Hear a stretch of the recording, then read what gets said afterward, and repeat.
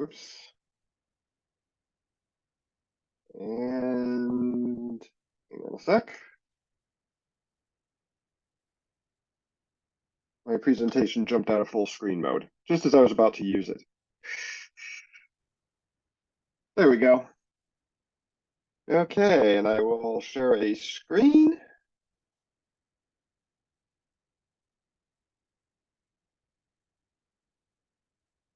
Oops.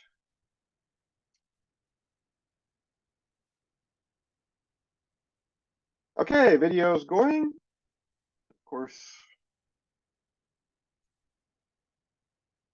Okay, welcome everyone to the September 2023 meeting of the Seattle Robotics Society. I'm hosting today. Steve is out. Got a little slide on this later, but Steve has got a couple other things going on, so he's going to be out for the next few meetings at least. And we are looking for people to help out. Excuse me. Our video is provided by Zoom. We'll post them on YouTube later. Let's see. So please mute your microphone unless you're actively sharing. And let's see. Yep, pretty much everybody's got that. We're good to go there.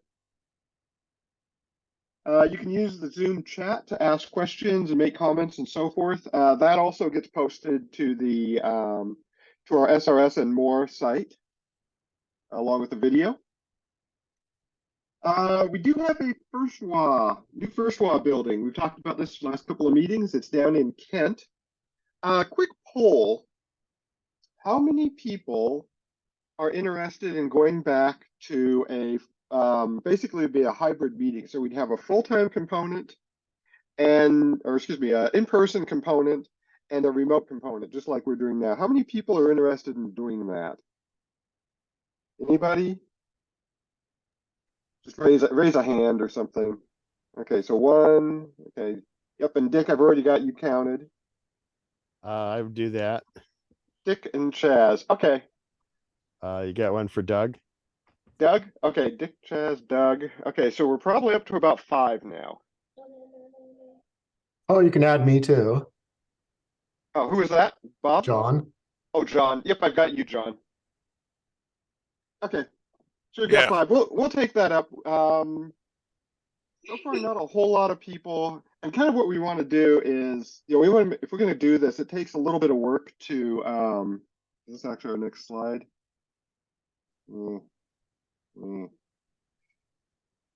Anyway, it takes a little bit of work to get these set up. So what we want to do is 2 things. 1, make sure there's enough people interested. And 2, make sure that if we're going to do this, it's more than like 2 people sitting in a room together. Because that's basically just remote. So what we might do, and we'll be talking about this in the Robothon group, is we do have the field house available. Probably first part of the year next year, we may start doing occasional events in the field house. So even if we don't do monthly meetings, we'll probably start doing some more in-person stuff, just like we did last weekend with the Robo Magellan Plus. So we're starting to get back into that. Okay, I've got another slide on that down the road here. So more club business. Steve is basically tied up a bit with a couple other things for the next few months. So he's looking for alternate presenters. I'm your alternate facilitators. I'm your alternate facilitator today. If anybody else wants to hop in and help out, please get in contact with Steve. Seattle Robotics Society at gmail.com. We've got the next couple of months covered. Okay, and let's see. We already talked about that one. That's in-person meetings and going back to that.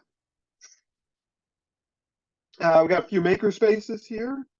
The Snowco Makerspace, the Federal Way Makerspace, the Kriya Makerspace in Renton. That's a new one of the last couple of months. So if you need those, there they are. Events coming up.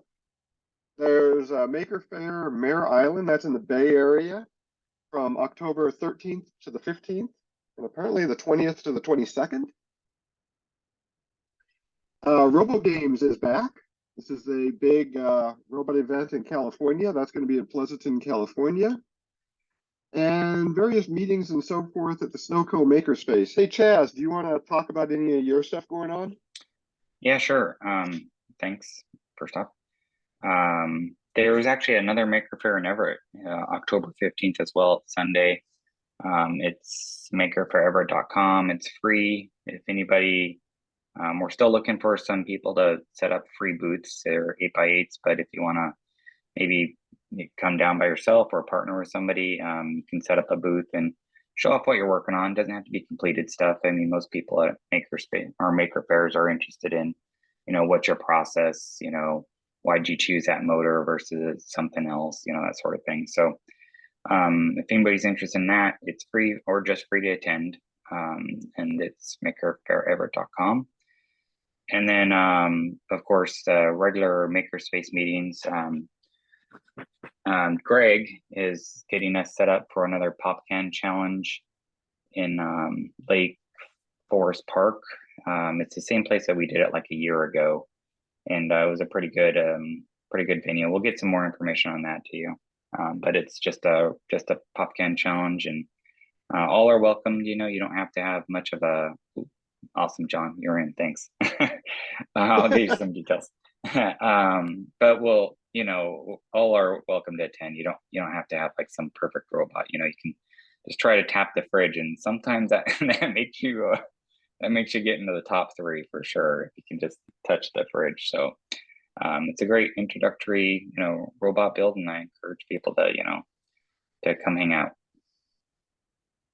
Okay, thanks, Chaz. No, thank you.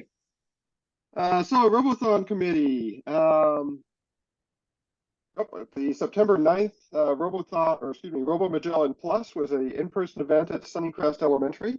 Went really well. We had about, depending on the time of the day, we had about 10 or 15 people out there.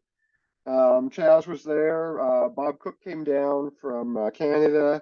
John was there. I was there. Donna was there. We had a reasonable turnout of robots, so we had pretty good day. If you want to see any of the videos, they are up on the SRS and More site. So you can just go there. And yeah, Bob took a bunch of videos and did some editing, and we got them posted. We are, if you're interested in participating with the Robothon committee, we're also looking for more people to kind of come in and get involved. We're going to be spinning up for next year. Just reach out to myself, and I can get you onto our list. The committee's pretty lightweight. We meet once a month virtually, and basically, for an hour or so, whenever people choose. And then we're generally going to kind of be planning to do 2 events per year at this point. These will be back to in-person events at this point. We'll probably do another one at Sunnycrest next year. That turns out to be a really, really nice venue. There's a lot of opportunities to do different things there. And we'll probably do one at the field house next year as well, earlier in the year. We're going to have a meeting in late October, and that's when we'll be talking about planning for next year. So if you're interested in participating and helping out, just let me know and I'll get you signed up. If you can't make every monthly meeting, that's also fine. We're pretty lightweight. Steve is also looking for presenters. If you noticed, he's got 1 presenter for next month. November and December and most of next year is open. So if you have something you would like to present on, please get in touch with Steve at seattleroboticsociety@gmail.com. This could be pretty much anything, just a robot you built or, process that you're using. You guys know what we talk about here. So we got a couple potentials lined up for a couple of those, but yeah, we're starting to get a little thin on presenters. So if you know someone, please get in touch with Steve. If worst comes to worst, we'll do open discussion forums. Those are always the fill-ins. Those are fun. Steve and I are talking about me possibly hosting one of these later in the year. So we've always got something to do, but need a few presenters. That'd be great. Oh, there's the presentation plan. spoke too soon. So today we've got Professor Jekan Thanga, I believe you is how you pronounce it. We got one for October, and if you notice, November through next year is all open. So plenty of space. I've been kind of coaxing somebody to do one, and I'll probably sneak one in there, but can use a little company here. Okay. Can I ask a question on that? Yeah. Thanks, Lloyd. I'm kind of curious, like what kind of things people want to see. I mean, I enjoy the presentations we have, but you know, maybe there's something that one of us want to do. If somebody maybe has an interest in a particular presentation, maybe chat them in. So, you know, Yeah. it gives us some brainstorming ideas. So if anyone would like, yes, good call, Chaz. So if anyone would like to see something in particular, go ahead and pop your mic on and just let me know what it is, and we'll see if we can do something with that.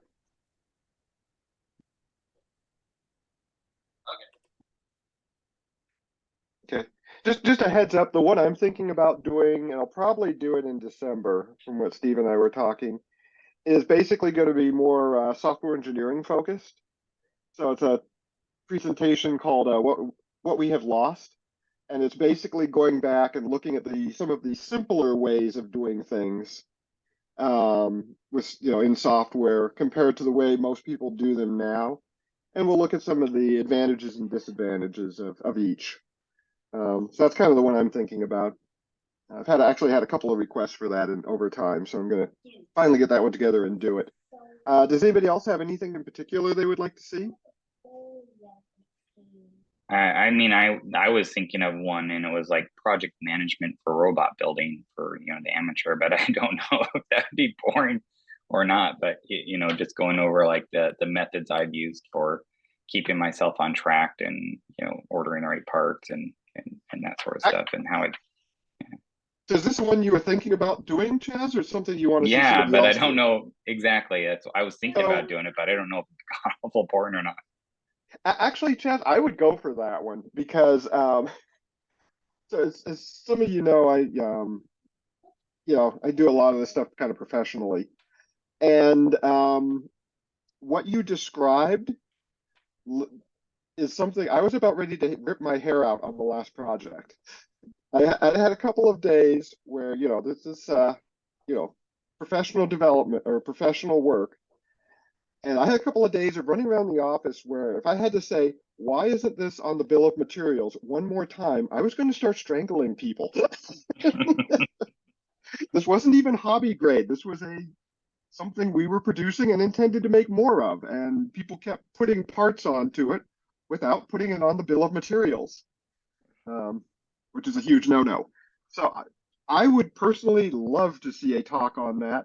If for no other reason, I can point to people to it and say, look, this is how you build something, folks. Yeah. Because I'll ping you later. I'll sign up for that. Okay, yeah, that would be you landed right on one of my pet peeves. So I would love to have a talk on that. Sounds good. Yeah, ping me or Steve on that one. Anybody else? Okay. So later today, we're going to have Professor Jekan Thanga talking about space and terrestrial robotic exploration. He's apparently a member of the Space Treks Library. Let's see, is he on yet? I do not see him on yet, so we will get him set up. Presentation will start in about 45 minutes or so. Okay, so our next section is around the room. Who has something they would like to share and or talk about? I got something. If nobody else has got Go something for it. more Do you fun. want to share a screen or something, Chaz? No, I won't. I guess I would say that it's just a healthy note of encouragement. Like I really had a lot of fun at our Robothon event, the Robo Magellan Plus. It was a ton of fun. It kind of inspired me maybe to build a different robot. I did find myself making a critical error in designing or bringing the robot that I did bring. You know, on the SRS Clips and More, you know, the YouTube channel, there are a couple of videos out there, and I had a robot that I thought was a lot of fun. I mean, I had a lot of fun just putting it together. It was kind of a redo of another robot. But I had you know, I didn't realize that you know, a lot of the events would be over terrain that I wasn't expecting, and my robot just couldn't pull off the other competition that I signed up for, which is fine, you know, it's no big deal. I did have a ton of fun. This time, I think is the first time I ever put a remote control on my robot, like an RC remote control, and I was able to like let some of the kids drive my robot around a little bit, and I think that was a blast because it's not just about competing. I think a lot of it's about showing off to other people, and hopefully that you get somebody inspired to join in. You know, John and I can, well, you know, I wouldn't say we competed, but we joined the same competition, and both, you know, he had a great presentation for his robot. He had like a really nice placard and everything. There's a number of people interested, but you know, of course, John and I would love to have more people, and you don't have to be some pro robot builder. I mean, I'm no pro robot builder, like a hack at best, but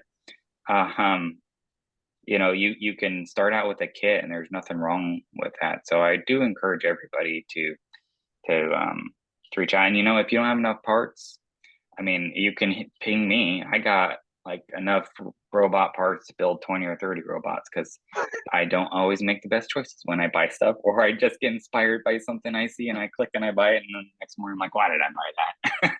So there are plenty of robot parts out there for you to build a robot for free. I have a number of kits people could just have.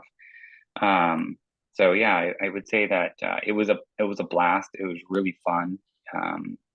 You know, you can, you know, just go to have fun. Don't worry about like what place did I place in. You know, just it's like what could you build? So, and I encourage you to reach out to, you know, friends, of course. But I thank you, Lloyd and Donna, for putting on a great event. It was a lot of fun. So hopefully some of the other members popping in will join us for the next time. Yeah, thanks, Chaz. Mm-hmm. Okay, anybody else? Otherwise, I might have to inundate you with videos from this weekend, which Chaz has already seen, and so have I. We've got about 40 minutes here, folks. So I have an update on one of your the item for Robo Games. It actually already happened in April, but there is another one next April in 2024. okay. I was thinking about going to the last one, but my robot was nowhere near ready. And Robo Games, this is the one in California, right? Correct. Okay. I'll let Steve know, and he can update the slides on that one. And I had a great time last Saturday. I think in hindsight, I should have let the kids drive mine around too, and I didn't even think about it at the time. But I have my little fail safe. I just could have held on to that and let them run. Yep. Okay. I'll tell you what. Let me. Anybody else Anybody else have something for around the room? Okay. Well, I'm going to do we don't have that. I'm going to show a couple of videos from this weekend. Then you get out of this. And let's see.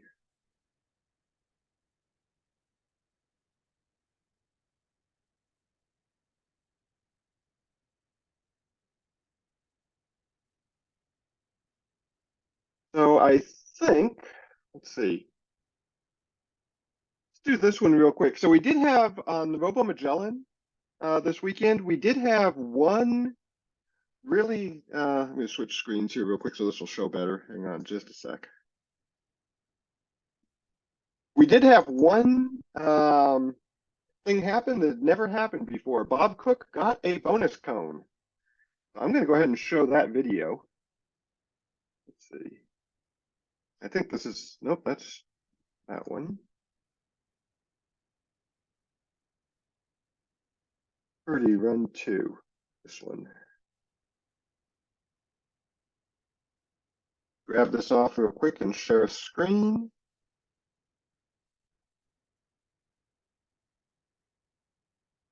Hang on.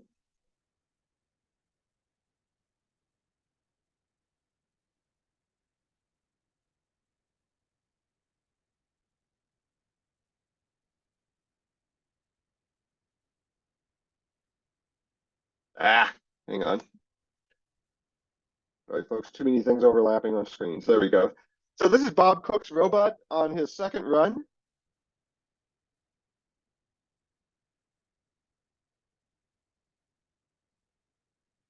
So as Chaz was mentioning, you can see that we got some different terrain here. This is actually a playground, which is over to the right. Bob's actually got his robot running at this point with a neural network running the vision.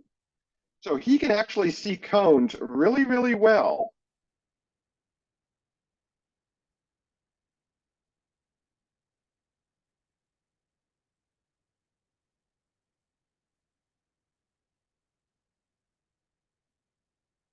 So this is at Sunnycrest Elementary. So you can see we've got, some of the terrain we've got is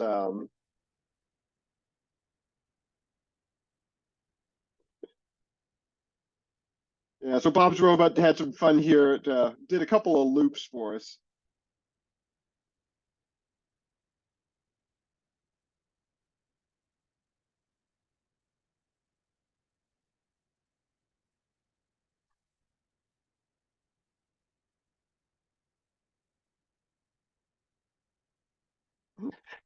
So can you guys hear the audio? There's an audio commentary on this. Can you guys hear that or not? I think I forgot to select sharing audio. No, it's not That's coming okay. through. Okay, so it goes around a little bit, and Bob and I were out there joking with it. But here in a minute, you'll see it go after the bonus cone.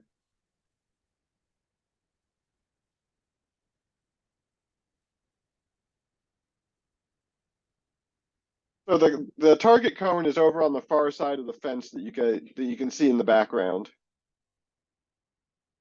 Oh wait, this is the one where he is going for it. So let's see.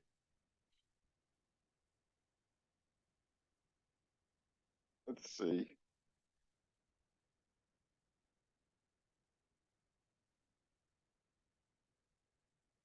Oh yeah, this is I got the wrong video, folks. Sorry. This is just one of his. This was just his middle run. Anyway, there's the cone over behind the fence there. You can see on the right. Now it's coming in. So,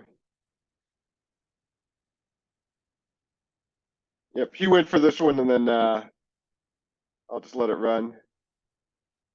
And then John, I think I'll show what your video on the challenge too. And then yeah.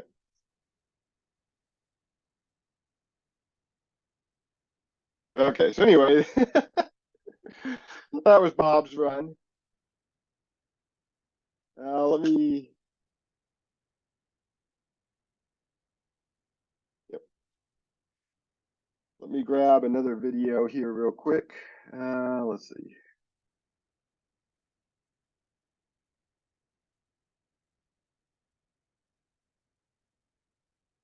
Hey, Chad, do you want me to show yours on challenge 1? Yeah, that's fine. Okay. Did the same kind of thing 4 times in a row. So challenge 1 or 3, they looked all the same pretty much. So basically, challenge 1 is just going around making a 15-foot square. So again, this is Sunnycrest. And yeah, basically, this is a new competition that we just came out with this year. So Donna created these. Challenge 1 is just do a 15 by 15 foot square and drive around the perimeter. So again, at Sunnycrest, you can see we've got asphalt, we've got lawn, we've got dirt, we've got playground. So we're going to be doing some more stuff at Sunnycrest. In the background, Behind those trees, there's also a ravine and some other areas. So there's a lot of different things we can do for terrain at Sunnycrest. And now that we know how to work with everybody, it's pretty easy to actually work with this group.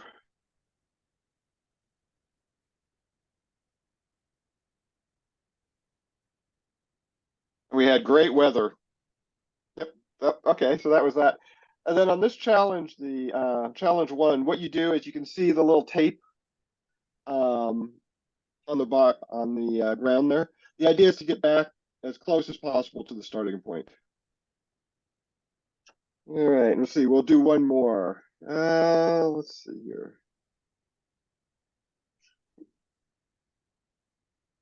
I think, John, we had a good one of yours doing challenge 2. Yep.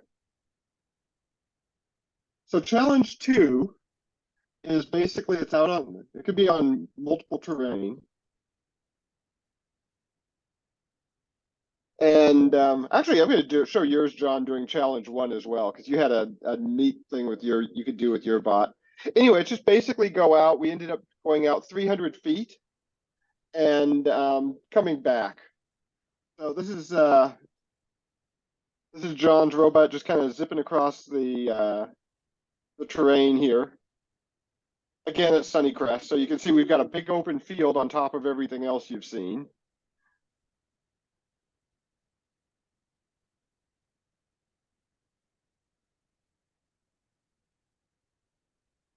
And what he's doing is he's heading for a cone that is, you can start to see it there. It's over kind of in that, between the fence and the trees. So you'll see it get close to a cone and then flips back.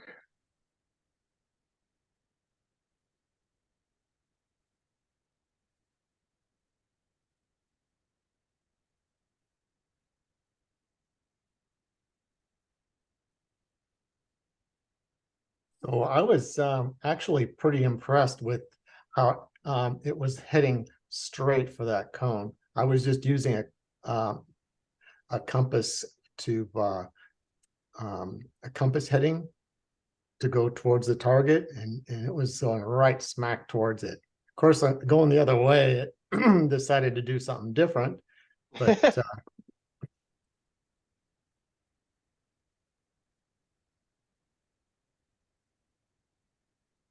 definitely close enough to get, if I had a camera on it, to actually get a fix with the camera. I should turn the audio on again. Sorry. Thought, John, you were actually talking live. Anyway, yep. He's just, yep, you can see the cone starting to come into view now. So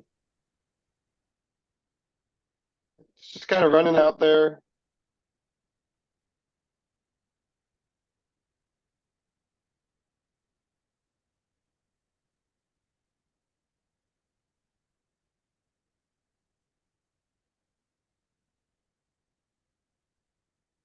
Yep, there you can see the cone now.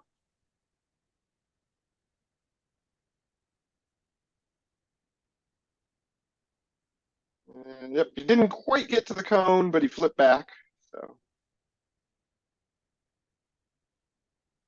and coming back, he took off on a little bit of a different vector than he came in on. So didn't quite make it back to the start.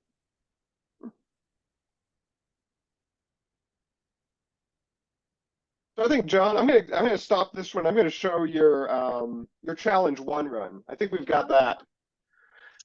You had a really good. I like the way your robot does the pivoting of the wheels to do the square. Let me switch this real quick. All right. Let's see here. This one. This is actually really short. We'll see if it shows what I want or not. Let's see. Yeah, so this is John's robot doing challenge 1.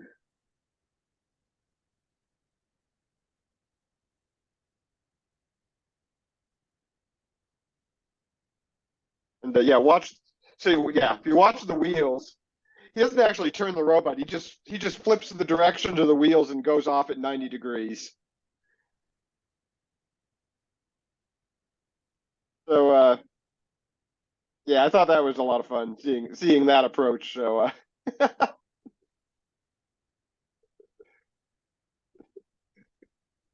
okay. So anyway, that was a few snippets from oops, from our weekend here.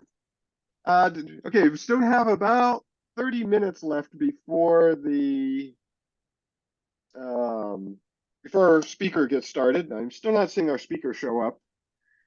So anybody have anything else they want to dive into and talk about and so forth? Let's see. See if let's see here. If Steve gave me some other videos we can do.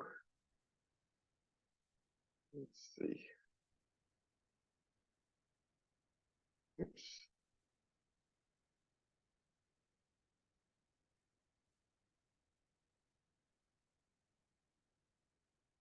Okay, so I'm just gonna nobody has anything else? I'm gonna run a couple of videos that Steve provided me. Oops, hang on a sec. Uh,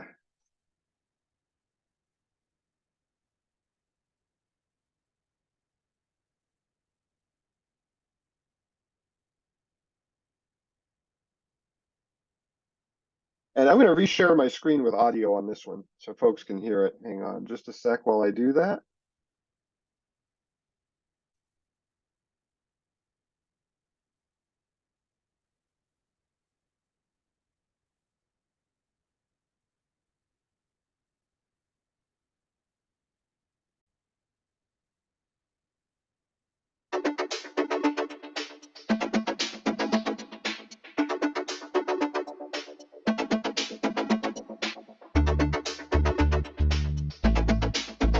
I have no idea what this is. Steve just gave it to me.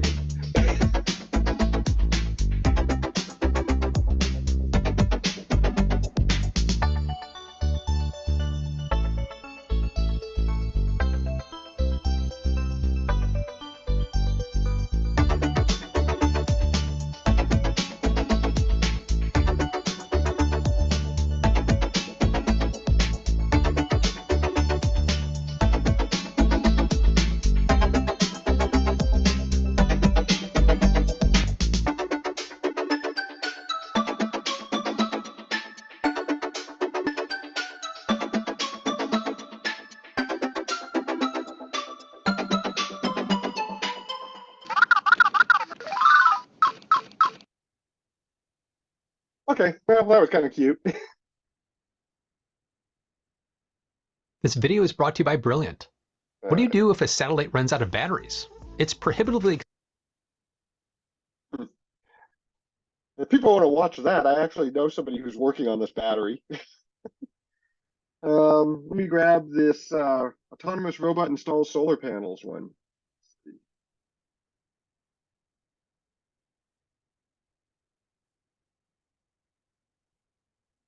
Nope, I don't think we've seen this one before, so.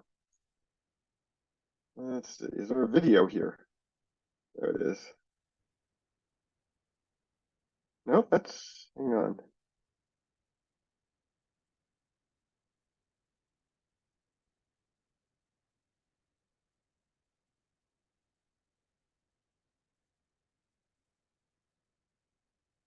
Yep, okay. That's not gonna work. I'm not sure what Steve had in mind with that one. Let me grab this one.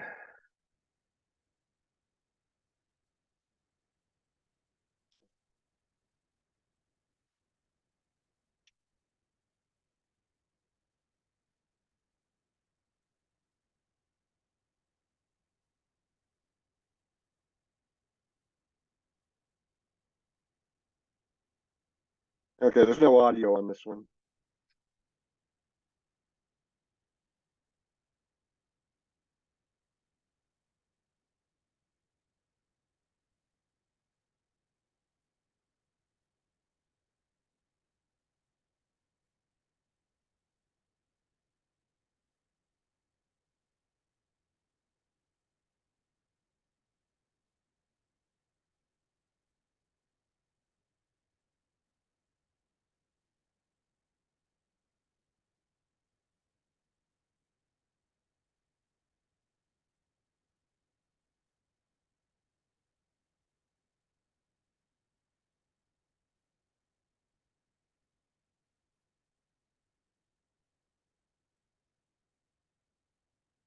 Okay. Voice what couple. All right. Little Star Trek in there. Okay, is everybody still with me? Let's see. Let's do this one. Sorry for this, folks. We just don't have a whole lot to talk about right now, and nobody's helping me, so I'm taking this. Let's see. Oh, I just showed up and I got something to talk about if you want to. Oh, go for it. So I'll Oh, stop good. sharing, Okay. and you can have the screen here. Where's my share? There we go. I'm sorry I'm so late. Hey, no worries. You know how it is with having some yard work done in the back, and that just never goes, like, no matter what, it just never goes right. So there's this thing that we just did, Okay. which is open source, and I'm just scrambling to get a link to it so I can share it. It's called DVE4, and DVE is Dexter Development Environment, but it's made for robots, but it's JavaScript and it's web based. Oh, cool. And now Do you want to share? told, You want to share a screen, James? yeah, that's I'm trying to find the other document, so I can share the screen. Oh, okay. No worries. I'm sorry I'm so behind the times here. I'm trying to find the stupid. That's totally okay. Oh yeah. Here we go. Okay. So now I can share my screen and I can share this. Oh, where is it? I just had it. What is going on here? Hold on. I'll get it. I'll find it. So the idea here behind this thing is that you can go in, there it is, and you can use this to learn about robotics. And it provides a simulated arm. Hopefully you're seeing this screen now. Yep, we can see it. It provides an actual simulated arm, and you can move the arm around and look at it from different angles. You can zoom in on it, make it a little bit bigger. For some reason on my screen, it limits the size of it, but anyway, that's a little bit better. You can see it. And it has all of these different tutorials that you can go through that kind of show you how to make use of the robot. Like this one, you see it walks you through actually, using the UI, right? It shows you what all the different parts of it are as you hit next. And once you get to a certain point, then it opens up this little panel here, and you can use these slider controls to control the arm, to move it around, to do stuff with it. You can also start a job, which shows up in this editor panel over here, and you can add in different types of instructions to the robot. So like this one is going to move all the joints to a certain position. And then I'm going to move the robot over to another position over like maybe here or something, right? And I'm going to add another instruction. You can see how they're being added back here. So, and this is just like one feature. This is like a very small feature. And then you can actually like evaluate that job, and it doesn't work. Oh, that's because I only evaluated one instruction. Sorry, there we go. You evaluate that job, and it shows up on the job panel, and then you can run the job, and it will move between those positions in a completely weird and strange way that I don't understand why it just did that. Oh, I do know why it did that. Anyway, worst demo ever, but the point is that this is a really, really, really powerful system that allows you to do a lot of really, really cool stuff. Let's see, if I go to the Dexter UI again and I tell it to go back to home, there we go. So this is kind So of a web. Is this like a web-based tool, or what? It's totally web-based. That's what I'm so excited about. That's why I wanted to show it to you guys, is because you just go to this address, right? And you're in this program, and you've got all this power and the simulator and everything, and it's just ready to go. There's no installation, no screwing around. It's just ready to go, right? So now that I've defined got it back to home. Now I can run this job, and this job will go to these two different positions, right? So it'll, like, every time I run the job, it'll go to the one position, then go to the other position, right? So, there's all kinds of, and you can go in here and just like edit the job if you want to, reevaluate it, run it. And these jobs will do really, like, very, very, what's the word I'm looking for? Like, you can do very complex things. Like, I can add in here a function if I want to, and make some kind of a decision that says, okay, do these movements if this is true, and do these other movements if this other thing is true, right? So, and there's all kinds of, like, things that you can insert, all kinds of stuff that you can learn, all kinds of little, like, lessons and things that are built into it. That's It has this cool.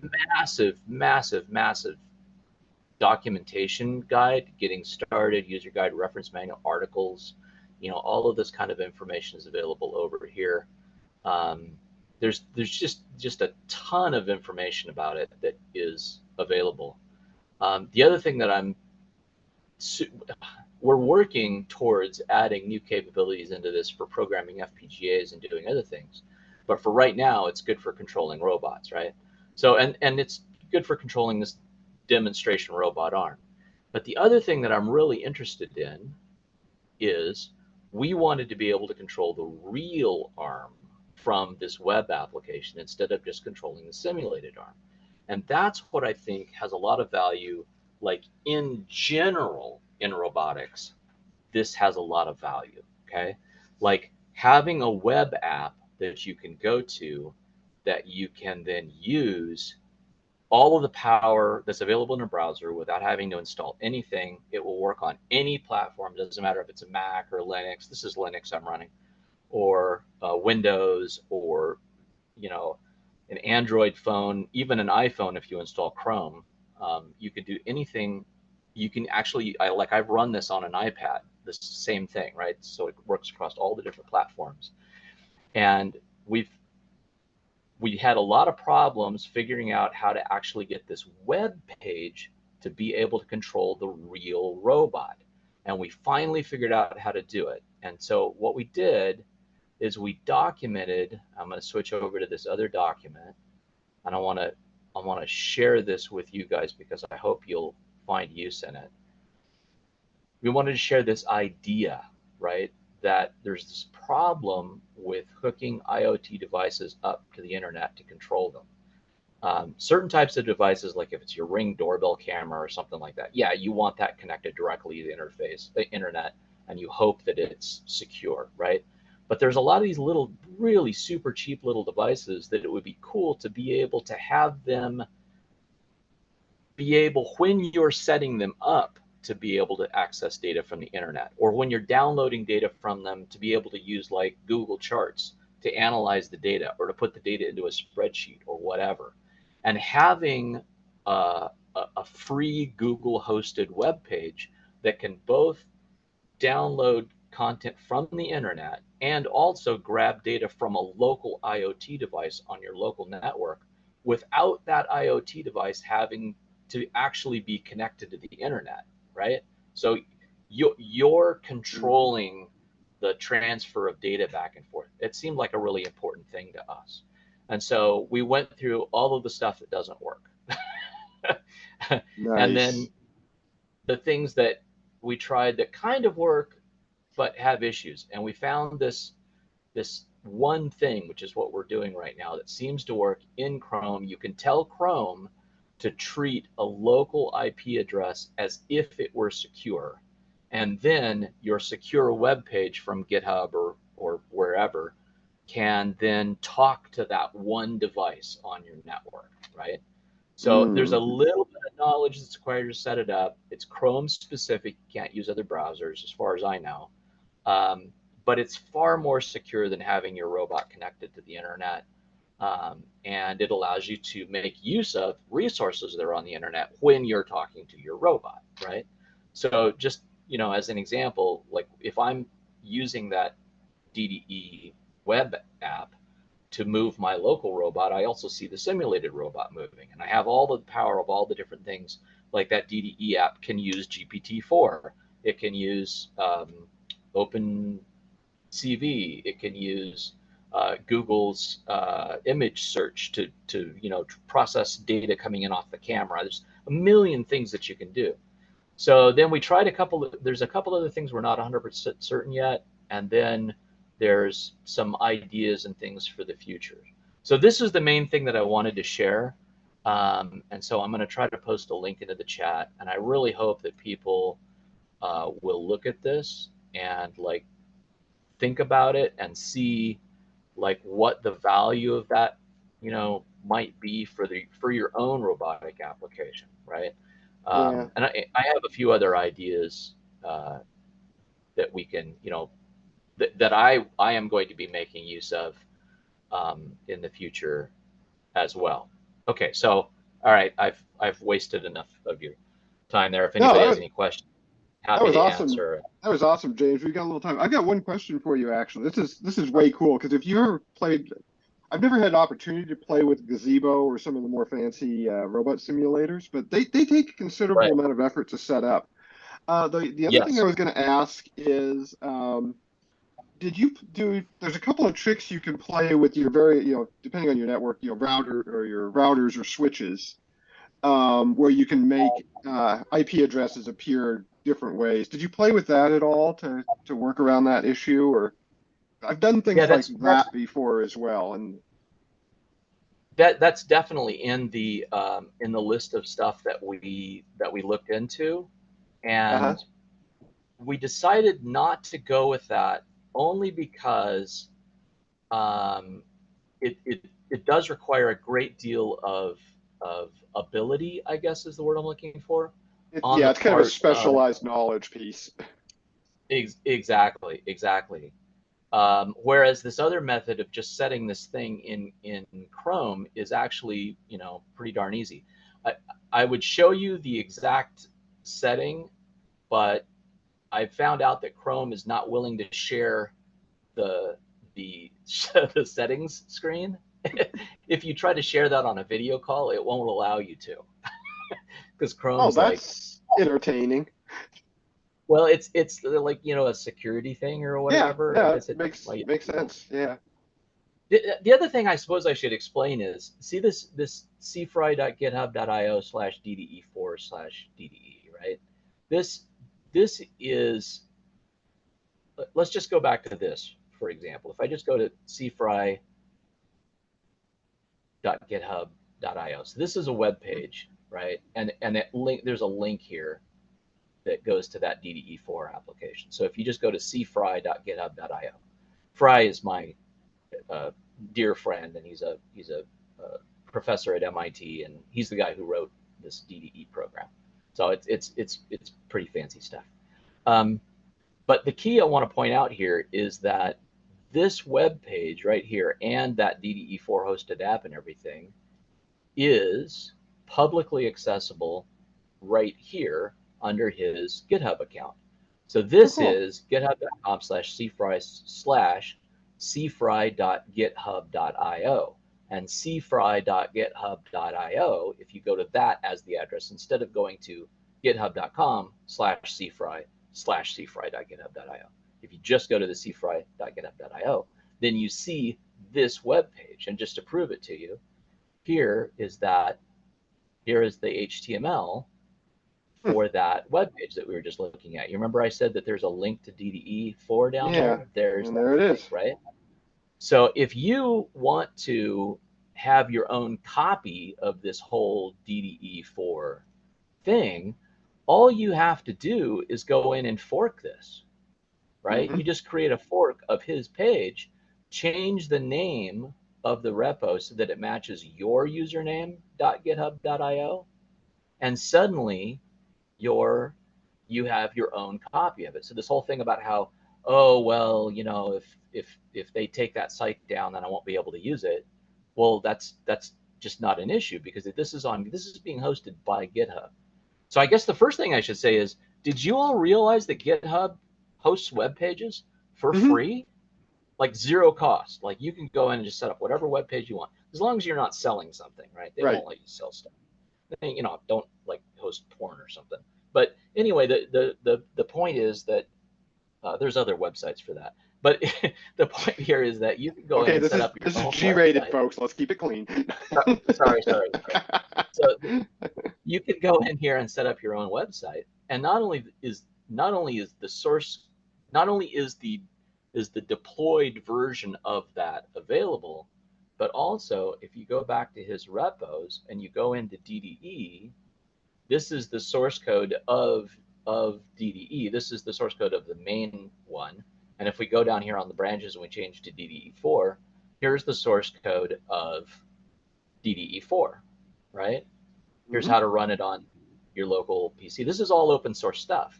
And that's the nice thing about web apps is they are inherently open source. You can't, right? If I want to, I can just go and grab the source code for anything. So I mean, I think this is like super cool. And I'm starting to use it more and more for my own stuff as well. Having said that, Microsoft did buy GitHub. So Yep. goodness knows how long that will last. Yeah, But no, anyway, yeah. very cool. Any questions I can answer on DDE4? Oh, one other thing I wanted to say really quick was this. See, the simulator comes up bigger now. This this simulator that we have in here, it's not what's the word I'm looking for? It's not. It doesn't have any physics engine built into it, and that's something that we desperately want to do is build a physics engine into this thing. And this is open source software, so if you know somebody who knows how to do physics engines or whatever, you know, hook us up and they can, you know, fork this code and add in a physics engine and then do a merge request and, you know, away we go. Then you will have improved what is now a community resource. So, okay, that's all I got. Awesome. Thank you very much. Okay, I see Jekan on. Let's take a 5-minute break and we'll come back right at 11 o'clock. And we will have our main speaker, Jekan, and tell me if I'm pronouncing this correctly. Thanga? Is that correct?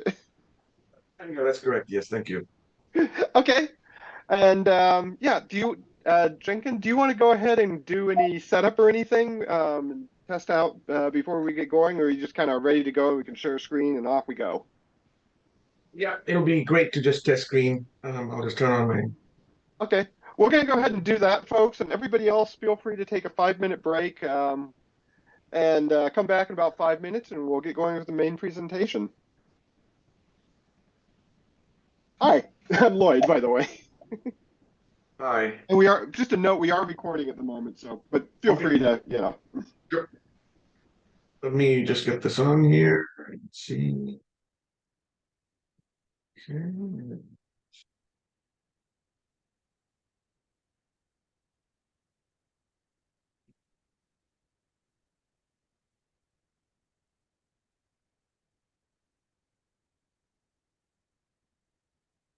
Does the screen show up? Yep, that looks great. Okay, fantastic. All righty, so how you doing?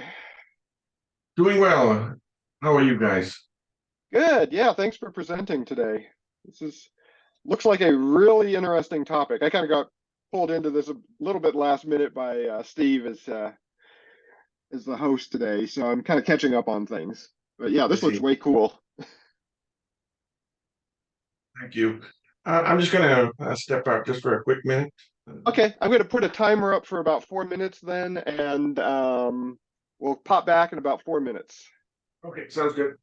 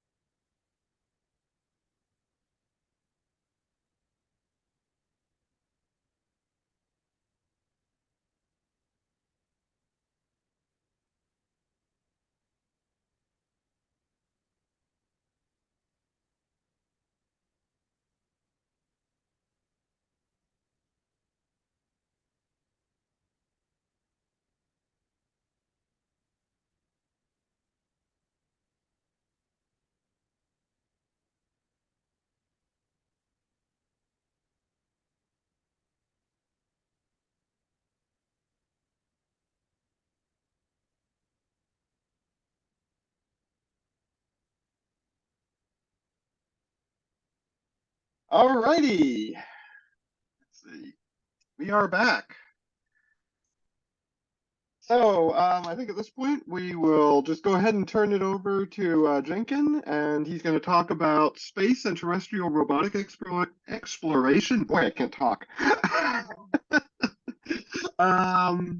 So yeah, Professor, take it away. Great, thank you. Thank you for this opportunity, and glad all of you are here to hear of our talk. So the talk here is titled Advancing Space Exploration Using Multi-Robot Systems and Swarms. So one of our big focus areas in space exploration is the exploration of asteroids. Particularly, we, look at them from three major viewpoints. That is, one is how they can help us in really origin studies. This is a term, coming from the planetary science world about figuring out the origins of the solar system, origins of life, origins of water, origins of other critical resources. The second, asteroids play a key role in sort of the whole security and deflection landscape. Asteroids time to time impact Earth. And not only that, they have impacted planets like Jupiter that we've seen in the last 20 years. Every time they do impact, it could be a cataclysmic activity. And so Earth has been reshaped almost entirely due to, time to time asteroid impacts or asteroid or comet impacts. The last of which was the KT event, which I'm sure many of you are familiar with, which is the predominant theory of how the dinosaurs got wiped out. To the third front, which is the new and exciting front about asteroids, and that is how this could energize and power up our space economy, particularly of how we can sustain and even start to build off-world colonies and really have a space economic sector. So all of these areas have major implications for planetary science, security, and ISRU and space economy. Big picture wise, this is sort of where we are at. It's almost like, three separate doors, three separate pathways. What pathway are we going to take? And that's where we are, sort of emerging. One is beyond Earth. What is that next pathway to get ourselves off of Earth to, start building bases and then perhaps even colonizing later? The moon is one of your obvious targets just because of how close it is. It's nearby, but it's also potentially a great shelter. And there's Mars. It's of the planets in our solar system, it's the most Earth-like, yet it is quite a bit of distance away. With our fastest propulsion systems and great I would say timing and trajectory design, we can achieve about 8 months of travel one way to Mars at the moment. And then you have small bodies such as asteroids. They make up something like 2 million such bodies right throughout the solar system. And there are about 30,000 near Earth. And they're loaded with resources. And so given these three possibilities, all three are fraught with major challenges that are going to really stretch the limits of our economy, science, technology, and even human condition. And that's where robotics may play a great role. With the moon, the challenge is, and we're still scraping hard and looking far, is the lack of water. It's no accident to call the moon as being bone dry, just because of how little water we have found. But otherwise, the moon and the Earth has a common origin, and that has been confirmed from the Apollo missions, and except for the lack of water. Now, everybody's sort of hedging a bet now that there may be substantial reserves of water in the south, permanently shallow crater regions, and potentially in the north as well. But the latest evidence there to kind of point to that although there may be some water ice reserves, by human standards, it's going to be quite limited.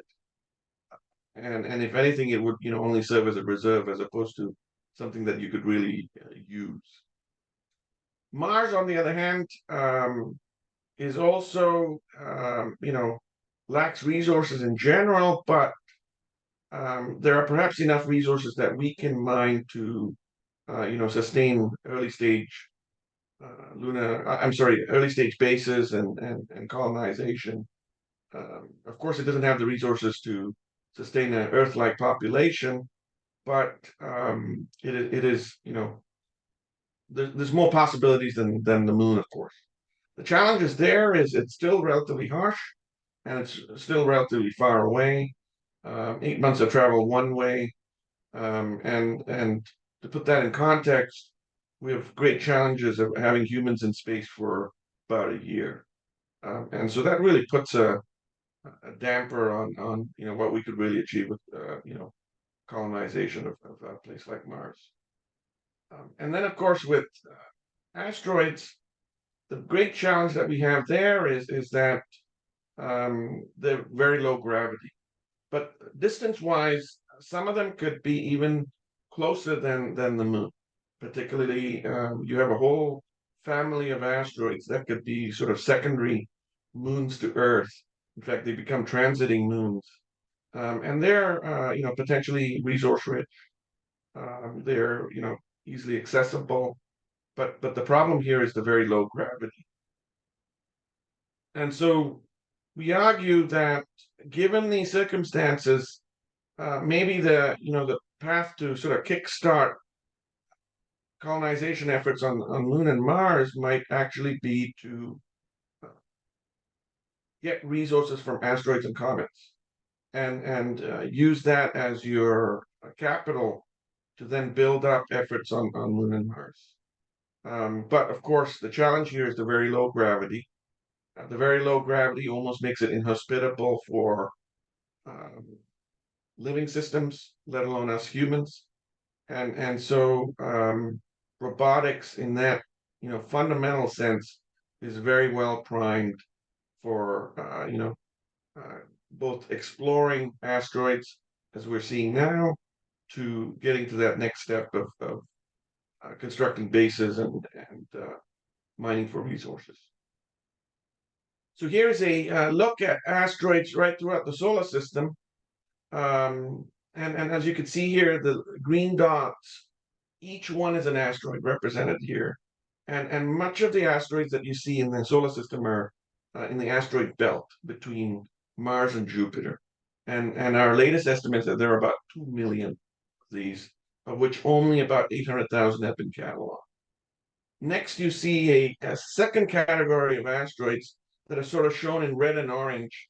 They're nearby Earth, go as far as Venus, and given time, enough of them can get sort of pulled in by Earth's gravity or its neighbors, and they become these transiting moons. And these are the what we generally call them as near-Earth asteroids. Apart from where they are situated, many of them are the early remains of our solar system. In fact, they give a telltale sign of how our solar system originated. In fact, the soup that they're made of is the original soup that the entire solar system could have been made of. Now, between them, from how the solar system formed from sort of gaseous cooling into the sun and then the planets, we're likely to have had many planets. The estimates are as much as 100 Mars-like planets. Yet, and if you see this video here, this is the result of what could have happened. We would have had these planetary scale collisions at these very large scales, and this would have kept going on. And most of these smaller planets never made it. They got accumulated either by the sun or Jupiter. And of course, in the case of Earth's geohistory, two of them came to form Earth as we know them. So that bombardment of that early planet Theia resulted in Earth, and from there we had the Moon and Earth really formed. So this sort of shows you how the solar system went through a whole lot of cataclysmic activity to get to the relative stability that we see now. Even now, though, we do see asteroids and comets impact planets like Jupiter. In fact, back in the day, in the 90s, when we saw a comet hit Jupiter, it put out more impact energy than all of our nuclear weapons combined. And so this is something that you could, see in a human lifetime occur. So that pivots us towards, looking at asteroids as a threat. So very often we see, meteors come in. In fact, we get about 100 tons of space dust coming into Earth every day, of which something a little bit smaller will start to flare up in the atmosphere, and especially if it's composed of rocks or metals. One of the most notable in the last, I would say, decades was the Chelyabinsk meteor that hit the southern part of Russia. It created a 500 kiloton explosion in the atmosphere. Luckily, it was over the atmosphere, and to the best of our knowledge, nobody got killed. But it created, such a loud noise profile and the explosion. It had a great impact over something like 1,000 or 2,000 square kilometer region. In the last 30 years, there's been better observation of this, of around 600 meteor events, with a fair number of them in the 0.1 kiloton range. So in terms of kilotons here, you're looking at explosions that are, compared to a, nuclear bomb. And 500 kiloton here is way bigger than, what was dropped at Hiroshima and Nagasaki. And so, these are sizable events. Now, getting back to, how, asteroids have, shaped Earth, the key event was, and to us, is the KT event that happened about 65 million years ago, in which something the size of a comet, about 10 to 15 kilometers, came in and impacted Earth. That event likely wiped out 80% of the land animals on Earth, and the few animals and plants that did manage to survive then sort of came on to dominate Earth. So given the important role of asteroids on comets in reshaping Earth, we need to know more about them, determine the early geohistory and composition, and of course learning about the variety of asteroids that there are. This can, of course, get to be challenging, particularly it can get into, finding needles in a haystack type problems. One of the latest fronts in trying to explore asteroids is really trying to figure out their bulk composition. What we've learned is, there are at least three major types. One is they're iron-based, and they could be segments of a molten core from a old ancient planet. They could also be one of the most dangerous, because once they come through the Earth's atmosphere, they're likely to come in one piece or a few large pieces before exploding or before colliding with Earth. The great meteor crater that is created in Arizona, as an example, was from one of these iron meteorites that hit about 50,000 years ago. Then you have rocky meteorites or rocky asteroids, and they are sort of next most threatening in terms of their composition. If they come in and they're sizable enough, of course they could cause significant dangers here as well. But if they're even at the same size as the one that hit our dinosaurs, they would likely explode in the atmosphere. And so you're likely to have explosion in the atmosphere rather than a ground impact, which would be the most extreme.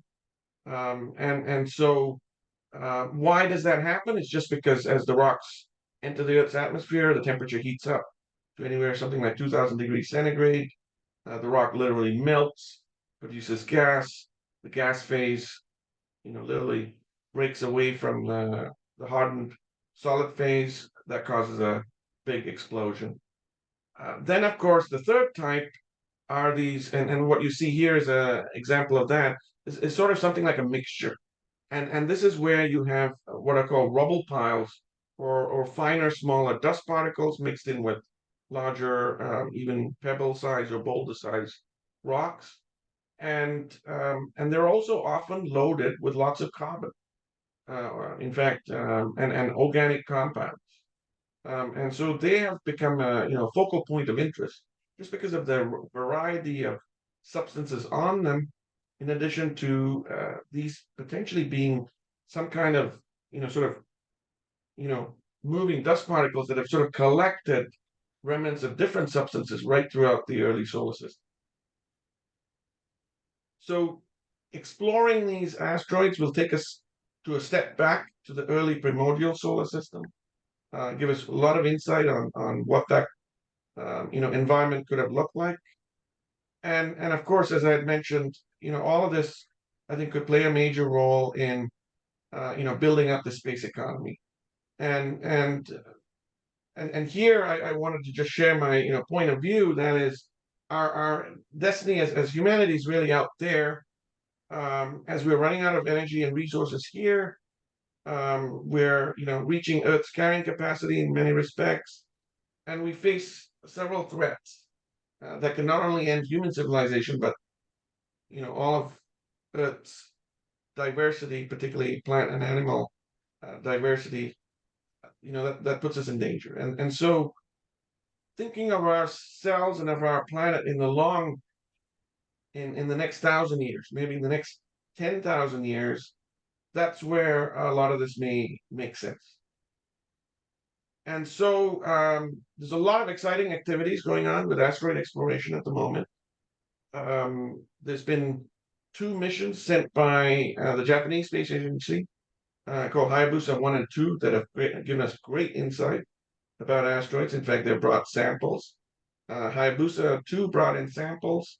It was in fact a mission that was cooperating with the OSIRIS-REx mission launched by the United States. And thanks to the samples that they brought, and thanks to collaborations, we're going to actually have be able to test some of those samples and learn about them here in the United States.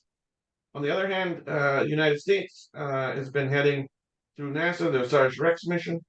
It's been a mission to asteroid Bennu, which is a near-Earth asteroid, which has been which is actually carbon rich, but it's also one of these representative rubble pile asteroids. Another fact about Bennu is it's so close to Earth's orbit that there's a very good chance it will impact Earth into the future. So it checks off a lot of boxes in terms of relevance and sort of interesting history and info. And for that reason, the OSIRIS-REx mission has been ongoing major success and helped us gain quite a lot of new knowledge about near-Earth asteroids. But what we're also going to be seeing is that it's on its way back.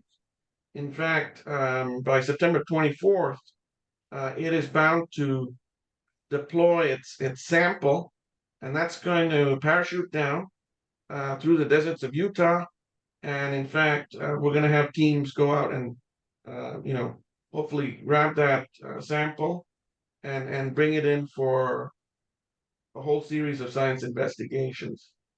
So the team has been working hard, doing all kinds of dress rehearsals to make sure this sample return phase goes off smoothly. It's of course, both exhilarating, but also fraught with, challenges just because of how difficult it is for any craft to, sort of re-enter the Earth's atmosphere and make it in one piece and then be, sort of collected like this.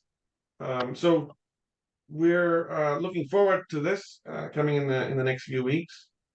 Having said that, as I said, there's a lot of exciting things going on in the asteroid exploration world. Another that I wanted to mention about is DART, which was headed by John Hopkins Applied Physics Lab, and they demonstrated sending in a human-made craft and having it crash into an asteroid, and having the asteroid, as a result, divert its trajectory. And so this is a very remarkable step for us to achieve, just because we can, sort of pull that off. That may end up, being very important into the future. This may be, a set of tools we may have to use in case we find a near-Earth asteroid on a collision course with Earth. And so this is helping us take us to that next phase of beyond exploration, but also utilizing and rearranging things to best suit our future in this sense. Along those lines, there have been a series of missions to get onto the surface of an asteroid. The surface of an asteroid is oftentimes very challenging to deal with. In fact, because of the very low gravity, describing the surface of an asteroid is very difficult. What you saw as pictures there is one representation, and you may think of them as looking like boulders and hard rocks littered on some landscape. But in fact, without that gravity, going and touching an asteroid is very difficult. Having a craft land on an asteroid is very difficult because there's nothing solid to land on. And so it may feel more like a lake of quicksand, or even this floating debris of dust. And given our scales, given our crafts, the energy that they put out just from simple motion can cause all of this dust to suddenly turn into this dust cloud. And so it's in that sense very difficult for us to sort of have a feel for what that surface is like. But there has been attempts now by Philae to land on a comet, Minerva, which was launched from Hayabusa, that made a mistake and ended up floating in space, to Mascot, which was launched by DLR out of Germany, and that was a payload for Hayabusa 2. It had ended up operating on the surface of an asteroid for a little while, and then of course died. But here are all these attempts at going out and really exploring the surface of an asteroid, which is right at that frontier. And so, as I mentioned, there are quite a lot of challenges in exploring asteroid surfaces. The biggest challenge for us is asteroid mobility. That is because of the low gravity and the low escape velocity. So imagine, kicking a ball, bouncing a basketball. Those velocities on an asteroid can get your ball off into escape trajectories. So they could literally fly off the body. And so for that matter, we on an asteroid surface would very much look like superheroes in a sense, and the types of stuff that we could do, particularly being able to lift very heavy boulders, move objects very fast relative to its gravity. And so that poses a lot of challenges. The second, of course, many of these asteroids are not too close to Earth, and so sending missions to them would need quite a bit of autonomy, just because we don't have direct, perhaps line of sight communications, or for that matter, given their distances, you may also have latency factor. That's an issue. So there's a general need for autonomous control there. Now the surface, as I'd mentioned, is quite a challenging environment for us, partly because it's very dusty, It'll be loaded with static charge, and it could also be porous. And that three combination poses challenges in terms of making contact. What do you make contact with, in a sense? And the worst thing to happen is to have static charge build up, and that static charge to then, sort of let go in a sense, and that could, kill electronics, kill robotic systems right there and then. The third thrust and challenge here is planning and navigation on the surface of an asteroid. It is so uneven. It is so, out of the ordinary. How do you get from place to place on an asteroid? How do you determine your relative location? How do you let alone map these systems? Because, we may have seen a faint version of this asteroid through a telescope, but once you get to this asteroid by a spacecraft, you literally need to map. And so the unknown terrain, the limited field of view, all of these, poses challenges. And then I would say, finally, the next set of challenges is the high and low temperature. So these asteroids orbit pretty quickly, and as they orbit, their temperatures go from very high temperatures. You could see temperatures reaching as high as 200 degrees to 400 degrees centigrade, and then the cold, they could drop to absolute 50 or about minus 200 degrees centigrade, and so these high and low temperatures cause a lot of stress for any kind of robotics or electronic equipment you send there. So tackling all these challenges, we feel requires quite a lot of holistic insight and really use of the systems engineering process to tackle them. So our predominant objectives here has been reconnaissance. How to observe these asteroids, get more info as you just look at them, and there's a lot of geology that can be done through that. Then, of course, as you have gotten great maps, as you've looked at them from a distance, figured out as much as you can, then it's towards that next step of prolonged surface exploration and mobility. And a few of these asteroids have been explored that way. The vast majority we have not. And then I wanted to argue we would want to do large scale surface exploration, particularly everything from in situ exploration to things like pre and post impact analysis to resource prospecting. And this is sort of like prodding and analyzing the asteroid at a finer level, at a more in-depth level, particularly to look at its interior, look at its contents, and even utilize them for a whole bunch of different applications, everything from instrument assembly to resource prospecting. So this sort of crisscrosses science, the security, to space economy. And so the approach here, I would argue, is also pretty high risk. Of the asteroid missions that have occurred, many have been, very close to failure. And then we have had, different ranges of failure there as well. The big challenges were apparent with the missions to the comet 67P, in which the lander Philae was deployed, and it literally had to tumble on the surface of the comet before stabilizing. It never managed to succeed in completing its mission. And so what we would have to argue is that sending a one-shot mission or an exploration strategy just may be too difficult because of our limitations in our technology, but also how complex these environments are. And so I would argue use of swarms, in other words, swarms of disposable landers, disposable platforms, opens up a lot more opportunities here. And so, and in fact, this is quite inspired by insects. In fact, how insects operate, much like termites, bees, and ants. And so, using a swarm paradigm, individuals can fail, individuals can be destroyed, individuals we can lose, and in that sense, failure is an option. And so this whole idea of modeling social insects We in fact, believe in sort of the superorganism principles.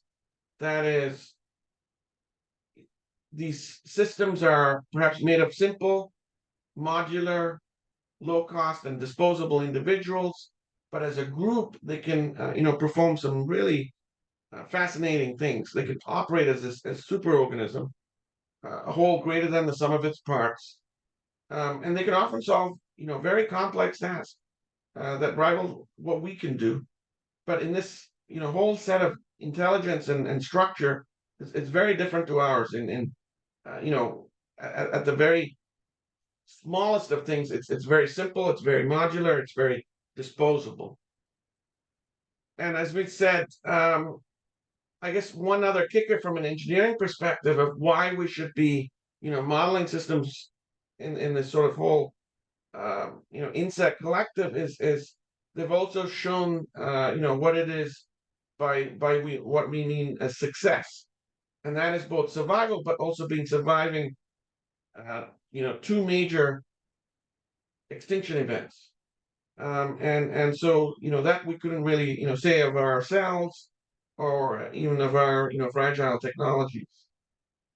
And another aspect that we pull in, designing our robotic systems is really Darwinian principles of really being able to capture that at its essence. So capturing, evolution, particularly the dynamics that it can, produce: competition, selection, innovation, and even, the specialization that happens due to, niches being formed, and how we can then apply this to robotics and space systems. Particularly, we have, many of the same challenges at one level. We have a harsh environment. We need these systems to ultimately just survive, meet mission requirements, meet mission goals, and we as humans may be here to build these systems, but we're not there to, in other words, facilitate or help them once they're there. And so, how to use this artificial evolutionary process to facilitate their survival. And so we've been exploring the use of low-cost multi-robot and multi-spacecraft systems for, these different contexts, particularly in being able to explore further than what's been possible now. And this goes after sort of the high-risk, high-reward mission paradigm. And even getting into this, it's a whole different world, really, in robotics and application of robotics. And so what we've been doing is it's been a multi-pronged strategy, of course, to develop robotic hardware and be able to, show and demonstrate that in different contexts. And I'll be showing that a little bit later. But we've also been developing design tools, and that is both to assist, potential, future roboticists, programmers, but also mission planners, in both understanding the capabilities of these systems, but also being able to design missions around them. And so one of the tools that we've come up with that turned into a PhD thesis is an integrated design, engineering, and automation of swarm software. It's meant to be an end-to-end tool for designing spacecraft swarms. At its core, it uses things like evolutionary algorithms to optimize the design. In addition, it goes into, and as part of its framework, and I'm just going to go into the, sort of the next slide here, just to show you the architecture of this at a very high level. What's also, I would say, interesting about it is we use inventory of parts that we can readily get. That's out there in industry, that you could, potentially buy. And so based on this inventory of parts, our system can then quickly and automatically design a spacecraft, and from there, design teams of swarms, and from there, in parallel, design trajectories, viable trajectories to get from a initial goal to a destination.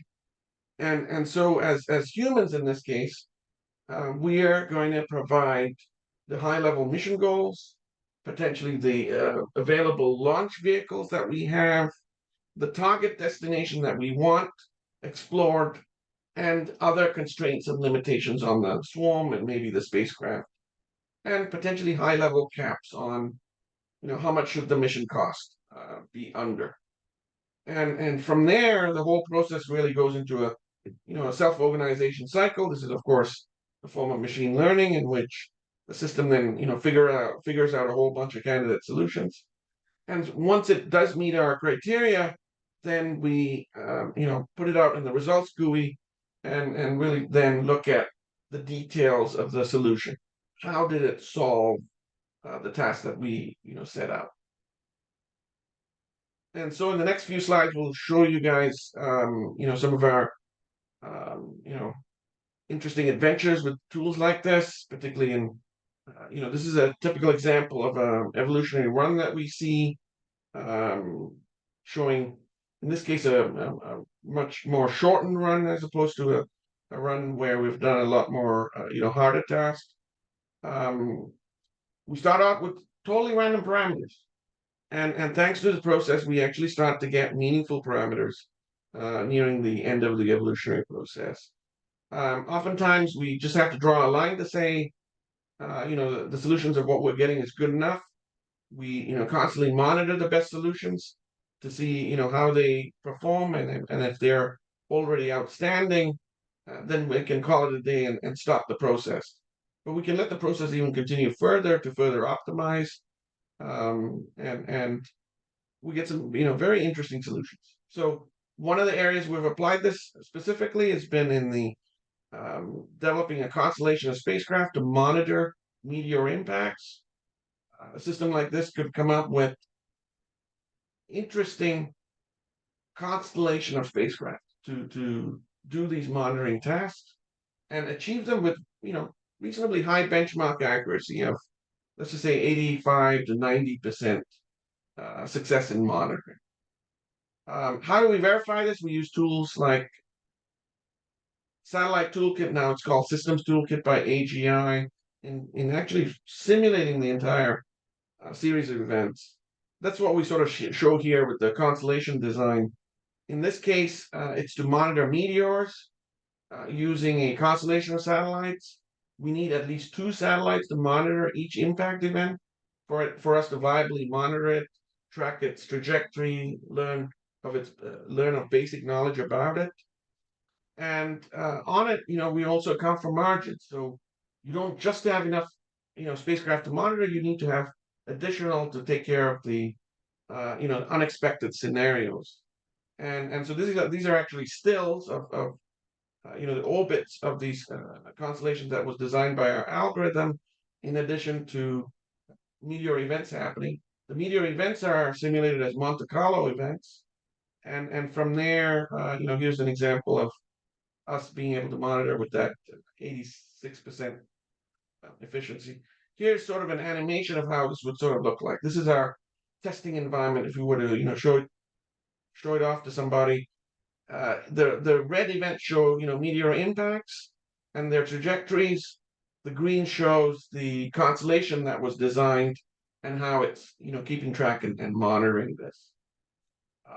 Let me see if I got the next slide. So here's the next slide. We actually get even deeper to look in the perspective of the meteor and the spacecraft. And you can, in fact, do that with a tool like SDK. When we do create meteor objects, we can't actually, it takes a little bit more effort to actually, make them look like a rock or anything like that. So we end up using missiles instead. So that's why you sort of see ICBMs in place there, but they're in fact meant to represent meteors. So given this, we can see that, from multiple points of view, whether our constellation of spacecraft to monitor them, we can, further verify, the trajectories. This takes the technology to that next level for, improving the technology readiness and for, potentially implementing this technology into the future, so we can have, a truly better monitoring system for meteor arrivals and impacts. And so with this, our Another application for this is planetary moon exploration. And a lot of the planetary moons out there are much like asteroids and comets. They're in fact a lot smaller than we're more familiar with, and many of them remain to be explored. In fact, with Jupiter, we have now close to about 70 such moons. Saturn, about the same. We're learning and finding more new moons for Uranus and Neptune, of course.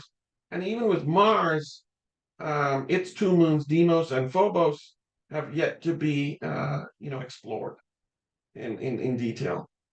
So getting to Deimos is a great example, just because if you look at it, the theories out there are that it could have been a captured asteroid. It may have evolved into something else. So learning about its origin, where did it come from? How did it evolve into its current shape and surface features? Does it potentially have rich resources that we could utilize? Could it be possible to set up a gateway base at a place like Deimos to get to Mars? And all of these are very viable questions that we want to ask for a whole series of reasons. But also, getting there is also not trivial. So having said all this, this is another one of those situations ripe for one of these automated tools to design a mission for us and to see how well it would do. Okay. Apart from, so what we would like our mission planner to do is go out, get to this moon, do a total, quote unquote 360 map of this. In other words, get us the most detailed maps possible, and be able to even map events and observations, and do so under, in other words, map this body under the best lighting conditions possible. In other words, it needs to be sun illuminated. So with our tool, what we end up using is this evolutionary approach again, and these are some of our solutions coming from that. In fact, the modular spacecraft that it used for these are 27U CubeSats that end up being each about 54 kilograms. And so our tool figures out the Earth escape trajectory, the heliocentric cruise trajectory getting from Earth to Mars, and then even the aerobraking trajectory getting into Martian orbit. And from Martian orbit, then it's got to sort of pivot to get to Deimos. Okay? And so this is where it gets very interesting, because it needs to then figure out how it's going to coordinate itself in mapping Deimos. I should further add, getting to Deimos and putting yourself in orbit around Deimos is brutally different, just because of its very low gravity.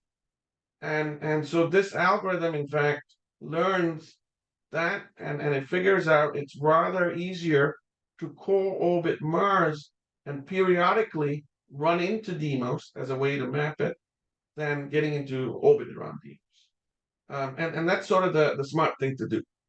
And so it figures that out. It figures out how to do flybys around Deimos, co-orbiting Mars, and from there, get you these series of pictures. So we use a series of mapping algorithms, which we call dual sphere coverage algorithms, and use this to do total mapping of the surface. And I can just maybe quickly jump into that. And this is more about the gene, about how the gene starts off encoded with random, really nonsense, and through the evolutionary process, it actually comes up with reasonable parameters to figure out how to explore, right? So these are sort of the mechanics of how the evolution sort of happens, how the parameters get realized. And then I'm just going to jump into just showing you guys the results. So how does it all look like? And so a system like this actually starts to learn some of the intrigues of trajectory design and multi body systems, multi-body Newtonian systems. and it learns concepts such as resonance, in which there is some kind of pattern to the orbiting nature of a moon around a central body or a planet. And using that, it then exploits patterns by which it needs to do rendezvous with Deimos. As I'd said, getting into orbit around Deimos is just brutally difficult. And instead going to co-orbit makes a lot more sense. And so it learns to figure that out. And so you start to see it, if you notice, it has this pattern where it coincides with Deimos. So Deimos is shown in this black circle here. The spacecraft are in this orange circle. And so periodically they'll encounter. And so in that encounter is where all the magic is supposed to happen. Okay. And so in using the encounter, what it would do is you would send a whole bunch of them, maybe about 5, 6 of them. Each one would take a slightly different perspective of Deimos, and combining all of them together, they can get a total map of Deimos with very few passes. So this is sort of the same context, but in perspective of Deimos. And so overall, does it map the body? As you'll see here, you're going to see it in blue very shortly. It does. And so using a system like this, we can in fact do it in parallel, but also very fast, so it can move on to exploring other bodies. And we've even then been doing some early stage, feasibility experiments with hardware. So we've been taking the same algorithm, taking a snippet of that trajectory, and trying to recreate that with drones. The idea here is to sort of test this out as it would look on hardware, but also, this is a learning experience for our students, not just to do stuff, with software and simulations, but also work with real hardware to get a, better sense of the complexities you got to deal with. And so, here are some of the net output, particularly from the hardware experiments, are the shape models that we get. At the moment, we need teams of maybe 10 people working round the clock to get individual pieces of a photograph, stitch them together to create these nice shape models. With our system, we see the shape models being created entirely autonomously by these swarms of spacecraft and transmitted back to Earth. And so we even get estimates of what the object would be thanks to the experiments. And so we compare that against the real thing. And of course, the numbers are very good, 99% agreement. Well, what else can we do? So another possibility, just as you saw, was those periodic maps and coming up with this total map. Another is, thanks to a swarm, you could actually map events occurring on another body through these flybys. And so events would be mapped by having a train of these spacecraft go one after another. But they're spaced out in a way so that you're getting video as opposed to stills. Okay? Why would that be interesting? This opens up a whole lot of new possibilities.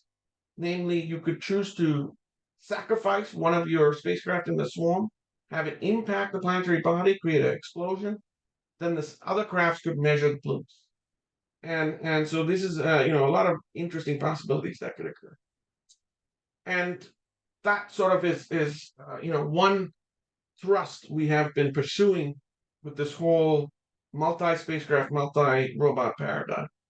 Another is, how can we take exploration to that next level, particularly of trying to achieve Google Street View level of mapping details and complexity, particularly of our neighbors, of asteroids, moons, and Mars.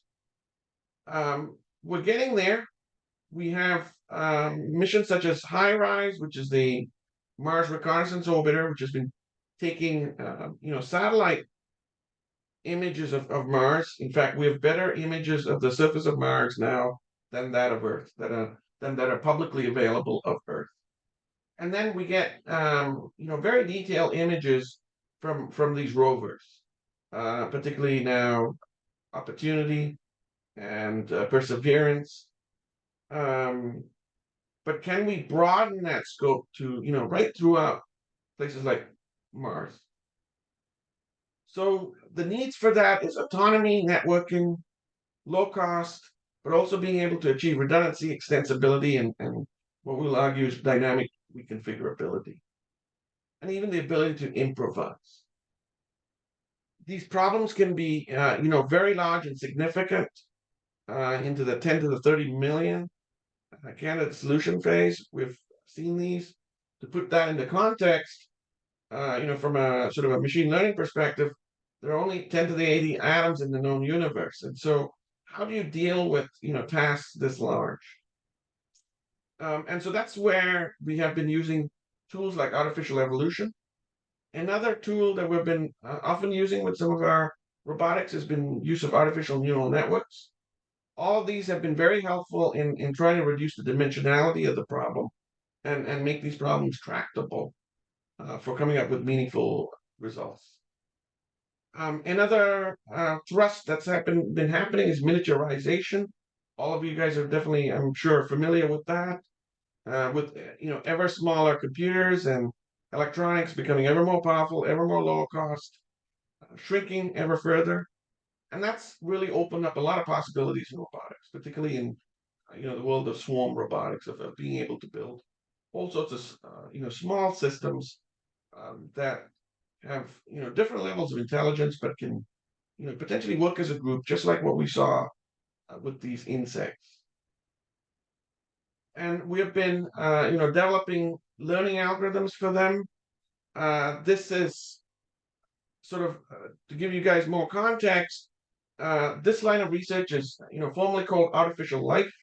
In fact, it's a really a fork from mainstream AI and machine learning research into looking at really the mechanics of living systems and being able to recreate that in an artificial setting, being able to recreate some of its self-organization capabilities and its growth potential, going from genome to adult system.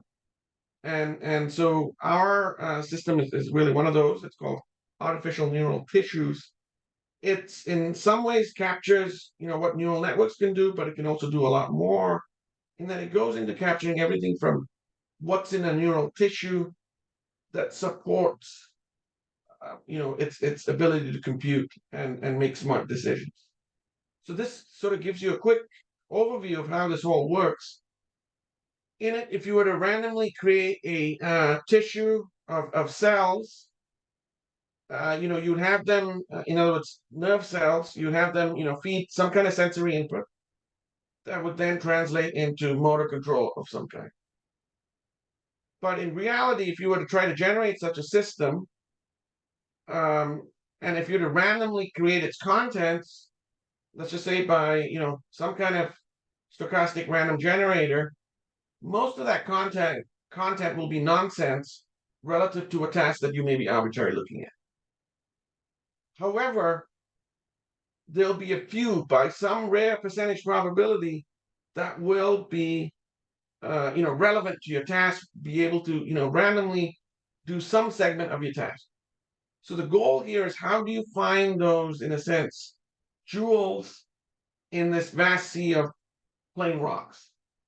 And how do you, in other words, highlight them and empower them while turning off the rest? And so that's sort of the, but if we do not, and this is where, of course, second law of thermodynamics come in, by just random probability, the solutions that are not credible or not relevant to your task will overwhelm in a regular context. And so if you were to simply add them together, they're of course always going to come out with noisy results. In other words, results that make no sense. So how do you, in a sense, grab these jewels, in a sense? And you could sort of think of this as a massive random search process. And so the strategies we come up with is strategies to enable these network of neurons to self-organize. Not necessarily for us to tell them what to do. And so we introduce another set of neurons that emit out these chemicals, and there's some theory behind this in the neuroscience literature of chemicals being, let out that can, sort of shape the network of neurons in their surroundings. And so if that were to happen, hypothetically, in this case, a few of them could work together to sort of perform activation of a certain region and turning off of other regions. And they could end up becoming an enclosed volume, an enclosed area. And then you might have, such networks cooperate to activate useful content within a tissue. Now, these contents could now even compete and cooperate. So you could have two regions encode for and solve the same task, but in slightly different ways. And they could coexist without one necessarily destroying the other. And of course, by coexisting and having some level of redundancy, it's great because if something were to happen to the rest of the tissue, if it were to be cut, if we were to face some kind of damage, accident, the remainder could kick in and you don't see any net weakness from the controller. As opposed to, general conventional robotic controllers where if something were to happen to the control system, you have a catastrophic loss for your robot. And so these are, just showing you guys a little bit more formalism of how we actually implement it in software. In fact, we've, built this for quite a while. And getting into this is, another one of the, strategies which we call neural Darwinism, in which the computing that happens within these artificial neural networks is inspired or occur through Darwinian processes of some kind of self-selection. And that was found to be a breakthrough in explaining how the immune system works. But it's still, of course, a mystery as to how, the brain works. But, it's high up there as a postulate of possibly this could be one of the methods. We've had, quite a bit of ability to apply this onto real robots and of course simulated robots. So we can, in this screen here, it's a little busy, but I wanted to show you the whole range of applications we've used these systems on. On one side, we have robots trying to self-organize objects into a set pattern. The goal here is to coordinate and come up with one perfect, crystalline structure. They do so with about 100 separate robots. They don't have a single high-level supervisor, so they're all like little ants and bees, being able to sense their little local area, but they come to this interesting, coordinated step of coming up with this, convergent structure. On the smaller screens here that you see, these are applied on hardware robots of different complexity. The idea here is for them to collect objects into a set enclosure. The neat thing about these robotic controllers is that they start off with a blank slate. They have no knowledge of how to solve the stat to begin with, and instead they learn all their concepts from scratch without any human help. What do we provide? We provide just a high-level goal, a way of rating if they are successful at that task or not, and some kind of grade in a sense. And that's all it is, sufficient for these systems to then build up, small concepts that lead to larger concepts, to things that are interesting even for us, in that they learn cooperative behaviors that we haven't programmed in. Particularly with this robot example, you have two robots in here that are doing these collections. If you were to increase those robots to maybe 10, what we learn is they evolve things like bucket brigade strategies. So whole new cooperative strategies that can let them still be productive without having to deal with things like traffic jams and getting in the way of other robots, which is antagonism, as we call them. And what you also see on the top here is that the robots that we apply these tasks on, they don't have to be expensive robots. They don't have to be complex robots. In fact, as if you notice very carefully here, These are in fact Lego Mindstorm robots that we use as our exemplars. And so you can in fact use very simple systems to show some of these capabilities. So these robots, thanks to our approach here, can evolve some very creative behaviors. We can in fact scale these solutions and come up with potentially generalist approach, starting with very limited domain knowledge of these tasks. And thanks to that, they can actually start to invent and come up with creative new behaviors we never thought of, things like bucket brigades. And comparing that against humans, what we have found is that these artificially evolved systems can in fact rival the capability of humans, and they can be human competitive in that sense. We tracked how that spark happens. How do they just make that discovery? How does that discovery become transformative? So that you sort of see here from these graphs. We sort of track those factors. Much like what medical folks are doing with within the neuroscience world, we take these tissues, we almost slice them up and see where in the tissue are is the magic happening, in a sense. Where is that emergent behaviors coming in? How is it encoded logically? And so we look into all of that. And we've now been extending that to further, so away from the laboratory to lunar-like conditions, to then lunar analog experiments. And this was a series of experiments we did in the slopes of Mauna Kea, which is a quite a nice analog site to lunar conditions, in which robots like this could be able to build a landing pad and potentially roadways.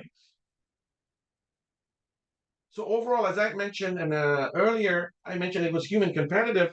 Here's an example of us comparing human device controllers compared to the artificially evolved controllers using this concept. What we notice is some very interesting patterns. Human design controllers, oftentimes, as a human, if you were to design a single controller, they have no problems with that. They can do a very good job. But as you design for more control robots trying to cooperate, it's no trivial task. And that's where human design controller's performance steadily drops, and it ends up being not so great. This is where these artificial systems shine, particularly thanks to the ant approach. We can see them figure out what is the best density of robots to solve the task. Not only that, maintain that best possible performance under even higher densities, given challenges such as robots getting in the way of each other. With too few robots, you just don't have enough labor and you can't perform as well. With too many, it's the problem of getting in the way. It's the problem of traffic jams, which we formally call antagonism. And further, we're looking at how to break out of the challenges of antagonism. One of the tactics we have found is sort of the transformer strategy to robotics. In other words, having one or a few small robots gang up together and form a larger robot or a larger system, much like the transformer concept from cartoons and movies. And what we find here is that's in fact a viable strategy to break out of the limitations of antagonism as you scale to higher densities. And so in fact, we have active research now to really pursue and go further into this approach. Another area to apply these robots is to explore some of the extreme environments on Moon and Mars. So these are examples of pits that have been found on the Moon back in the last 15 years or so. There have been about 200 of these pits found. In other words, there are these nicely punched holes on the surface of the Moon. The question, of course, is how are they made? What is their evolution? What is their geohistory? And the best theory that we have is that these are remnants of lava tubes that were formed on the Moon maybe 3 to 4 billion years ago, and they have remained as it is, very much in pristine conditions for all that long. Given that they're about 100 meters below ground, the temperatures inside these lava tubes are expected to be about at a steady, balmy minus 25 degrees centigrade, as opposed to the hot and cold extremes you get on the surface. And these internal lava tubes, as we're envisioning them, could be great radiation and micrometeorite shields. So we have looked into strategies for how would we go out and explore these, targets, and just being able to send a dedicated lander or a rover is next to impossible because of the extreme terrain there. And so what we proposed is this whole idea of sending in, teams of robots packaged into a larger lander or a mothership that would, unpackage itself and explore these targets. Even if one or a few of these individuals would get damaged or destroyed, no matter, the mission sort of continues. And so our vision for this, comes from everything that's common nowadays here on Earth: quadcopters, smartphones. How could you combine the two to see this as a planetary explorer? And here's one of the concepts that we get. This is the pitbot concept, the idea of a basketball-sized robot with internal navigation systems, but with the computing capability of a smartphone, and the ability to fly and hop much like a quadcopter here on Earth, but on the lunar surface and lunar subsurface. So thanks to this concept, we can have a cooperative of these robots do mapping, such as this that you can sort of see. They could help us define how to get into these targets, given the dimensions of them, given the intricacies, and then cooperate to go further and deeper into these lava tubes to see how far they stretch out. Kilometers at a hand, miles at a hand, so to speak. Could you fit entire towns and lunar bases into here? So these are all very interesting questions to answer. Really at the core of exploration. Luckily, there are lava tubes here on Earth that you could go out and explore. This is an example of one in Flagstaff, Arizona. In fact, Arizona has a whole number of these different lava tubes, and there are a few even in New Mexico. I'm not sure if there may be any in Washington State as well. But these are great environments to do some of our analog testing. And that brings us to sort of the final chapter I wanted to talk about, which is where do we go from here, and can we take some of our advances from planetary exploration towards how we can, save ourselves and our, plant and animal diversity here on there. The fact of the matter is, we on Earth at any one time face a whole series of mass extinction dangers. Everything from supervolcanic eruptions to global nuclear war, to asteroid impact, to global epidemics, climate change accelerated, to global solar storms, global droughts. Out of these, supervolcanic eruptions was the one that came closest to wiping out humanity. And that happened 75,000 years ago. And there are records of this that are showing that our human population decreased to less than 1,000 individuals. Now, of course, amongst these, global nuclear war is something we ourselves have, the power to do. But things like solar storms have happened about the last 150 years ago, and that could come back to strike again. And in that case, it could, knock out electrical systems that we heavily rely on. There was a study done in 2008, and if that were to happen again, the claim was the United States would be without electricity for 4 to 10 years. And given that the outcome from those messages are very stark, very negative, it's often easier for us as a collective to simply close the book and just move on, rather than do anything. But if we were to think about this as a 1,000-year project or a 10,000-year project, we will want to do something about this, right? And so this is where we looked at the concept of what would it take to save and create backup of Earth's diversity, Earth's ecosystem, including humanity, through something of a modern art. And in some sense, this sounds out there and fantastic, but in another sense, it could also be practical. There have already been efforts here on the ground to safeguard Earth's seed supply, and that turned into the Svalbard Seed Vault, which is a seed vault located in Norway, which has seeds from all of the main crops that are critical for Earth's food supply. Now, it has already been inundated with water thanks to rising oceans, and it's likely not going to survive with rising sea levels as we see our ice caps melt.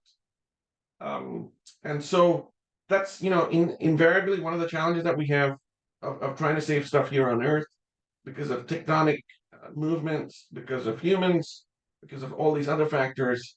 There's a whole bunch of, cataclysmic change possible on the surface of Earth. Having said that, if you looked at the lunar lava tubes, they're only 4 days away. They've been pristine for 3 to 4 billion years. We couldn't find anything like that in a 4-day distance from Earth. And so they could be a viable spot to have this backup, have this, safeguarded backup of Earth in a sense, Earth's diversity. And so that's our concept here of a lunar rock. It could be well placed in one of these lava tubes as opposed to any more than that of the 200.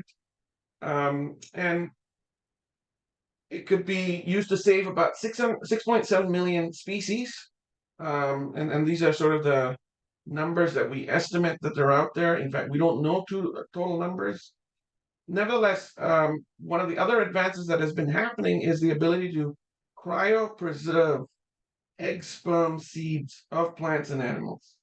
And once you can do that, we don't know what the limits are and how far you can store it. It's at least maybe 50 years, maybe more. And so states like California have already been doing that for endangered species. They've already gone out and started to cryopreserve them, not knowing what would happen to these creatures. So the idea here is, why not take that next step to take it off world and save it there in a lava tube on the moon here, and to sort of build a structure to support it. So this was the concept of a modern lunar ark that we came up with. And to really maintain this structure, you need to bring down the temperatures to minus 190 degrees centigrade from the balmy minus 25 degrees centigrade that the lava tubes would otherwise be at. But that becomes an engineering problem. But also launch is an engineering problem as well. It would need about 250 Falcon Heavy launches.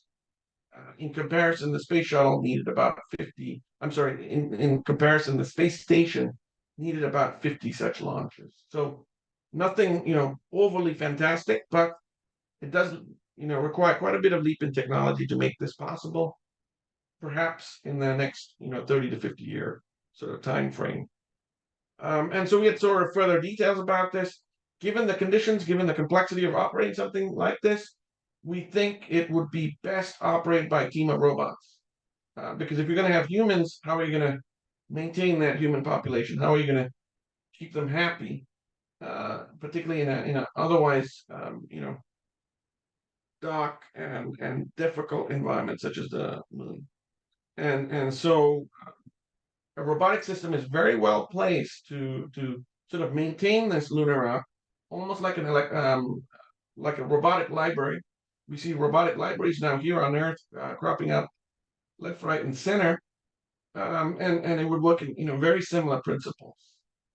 And so through that, what we've identified are potential applications for single and multi-robot systems, particularly going towards interesting multi-robot systems to tackle some of the frontiers of challenges in the space exploration and space development world. We've been looking at new ways of how these systems could make a mark, particularly new ways of exploring, to how they could also be used in sort of the development context, particularly with things like lunar arc. We've looked at use of machine learning and AI in this case to evolve their behaviors, coming up with new and creative behaviors, using bio-inspiration for this, and using them to solve practical tasks that otherwise humans would be hard placed to try to do them particularly because of either they're dull, dangerous, or dirty, and the typical challenges that come with that. And so overall, what we feel is some of these technologies may not be ripe yet for mainstream, but they have the potential for a big payoff that could be coming. But importantly, the applications of these robots are not to displace human jobs or human capabilities, but to go after and enable whole new things that we wouldn't otherwise be able to do anyways. And so that's where I would like to sort of end with, just to say, these are potentially going to open this new frontier of extreme environments to us, to help humanity take that next step. With that, I wanted to thank you all, and I'm happy to take your questions. And I also wanted to show our acknowledgement slides of our collaborators, students, fellow faculty members, and others who have helped with all of this work. Yeah, thank you very much, Jekan. We got time for a couple questions if somebody's got something they'd like to ask. Anyone, just go ahead and unmute your mic and pop in.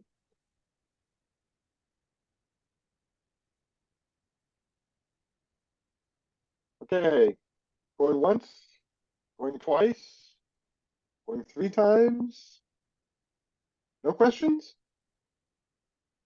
Okay, well, thank you very much, everyone, and thank you very much for the presentation. This was awesome. I guess with that, we'll get the video and slides posted. I'm not sure if folks want to hang around afterwards. I've got to disappear here pretty soon, but I can hand off the reins to someone else. Let's see, I'm also going to go ahead and stop the recording here.